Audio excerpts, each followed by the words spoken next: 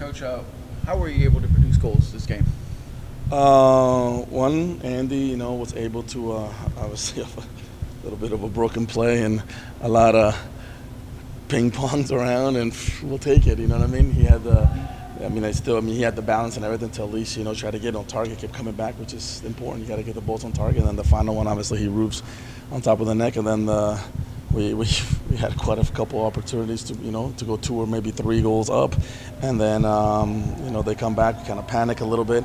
And fortunately, we're able to put bodies in the box. Carlos makes a good play instead of roofing it, kicking it. He just puts it across, and we redirect it and get a goal. So it was from a defender and then a guy that, we lose today. So this is his last game. So let's see how we can continue getting some goals. Coach, all week we talked about how difficult it was to prepare tactically for this team. They show up in different formations every game. They adjusted for us today. Was there any special adjustments at halftime that you guys made and maybe changed it around the second half, score goals? Well, no, we made the adjustments as the game went on because, they went from playing 4 in the back to 3 in the back, and they kept alternating. Then they started kind of sending their outside backs, almost having like a line of 5.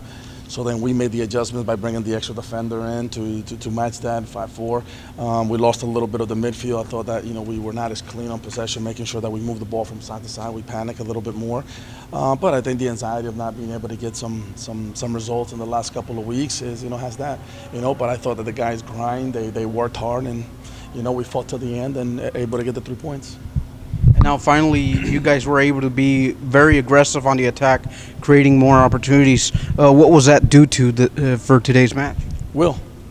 Guys getting forward and wanting to, making the extra run, making the effort to get forward, making sure that our lines were together, moving our lines forward, and guys taking chances. The other thing is, I think that, there were moments and times when we showed a little bit of patience, so that was good.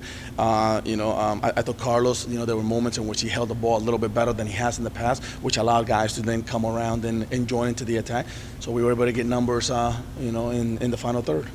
How can you assess Andy Cabrera now that he's played his final game as a Toro in the last 2 years? You've seen him grow as a player. How can you assess him in his play so far?